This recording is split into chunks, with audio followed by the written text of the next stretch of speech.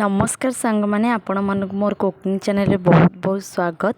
चलते सांग मैंने आज अंडार झोड़ बनइबा। मुझे 4टा अंडा को भलसे धोई ताको सिझे देती। सिझेला बेले से किसी लुण पकई जहाद्वारा कि अंडाटा भलसे सिझीज से ही मुझे आलू किसी सिझे देती।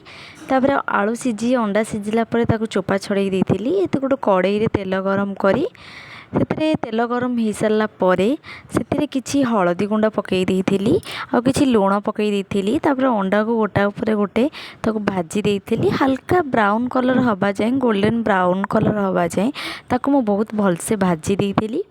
आउ एपटे सिझा आलू को भी मुझे काटिकी रखी भाजवाई। तापर अंडा हल्का ब्राउन कलर हो सारा पर मु गोटे पात्र को काढ़ी देती और से जो कड़ई जहाँ भी किसी तेल अंडा भाजला बेले जो बड़का तेल थिला से मु कटा जाइथिबा आलू जो आलू को सिझेकी रखी भाजी देती। से कड़े अल्प टिके तेल गरम करी अदा रसुण पियाजर गोटे पेस्ट बनई देती।